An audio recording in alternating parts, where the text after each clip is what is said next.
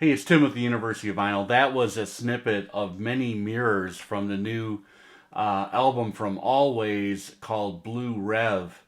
And I'm really high on this album. I hadn't heard about these guys. This is their third album, by the way. I had not heard about these guys until I saw them open for the War on Drugs at Red Rocks this past summer. And I was just super impressed. First of all, if you love Cocteau Twins, The Cure, The Smiths, with a little bit of My Bloody Valentine, Teenage Fanclub, and The Cure mixed in, you're gonna love this band.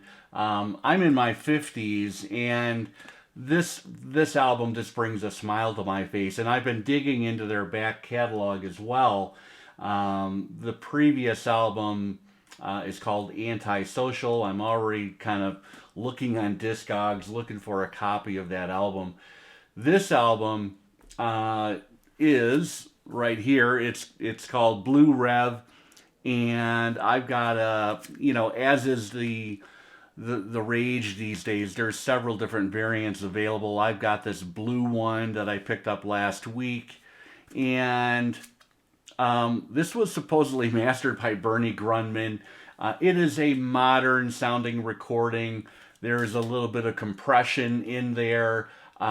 This is a very layered album. These guys rely on Fender Jaguars and Fender Duosonics and the Rickenbacker 360 as well to get that chiming, churning sound that is so reminiscent of all those other bands I mentioned. But this is a fantastic listen. It brings you back to the 80s and 90s in all the best ways. This is a five-piece band. They originally were formed on Prince Edward Island. They're based out of Toronto now. Molly Rankin is the incredible vocalist and head writer, let's say. The lead guitar player is a guy named Alec O'Hanley. Those two are a couple. They have been since before the band was formed. They picked up a new rhythm section for this album. Really, really solid in the pocket drummer. Her name is escaping me right now. The only male in the band is Alec, of course, the lead guitar player. Molly Rankin is a huge talent. She has an ethereal voice with incredible range and puts music across her. She has a non-emotional feel to the way that she conveys this music, but the way that she just effortlessly glides between octaves is really amazing, and it does think back to those great Cocteau Twins albums, especially Heaven or Las Vegas from, what was it, 1990.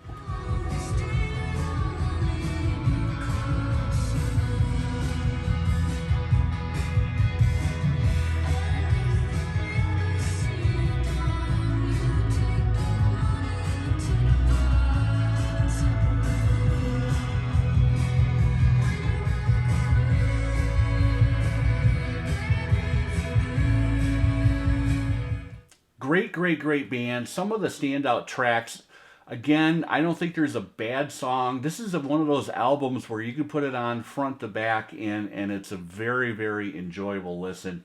They are the best. They're an equal combination of power pop, shoegaze, and dream pop. And some of the better tracks on this thing are Belinda Says on side 2. It's an anthemic, reverb drenched tune. Sounds amazing on my system. And then also on side 1, some of the better songs that I love are After the Earthquake, a song titled Tom Verlaine. That gives you a little bit of a clue as far as their influences. Very online guy, and the aforementioned Many Mirrors. Fun album. Always fun to get kind of jazzed by new music.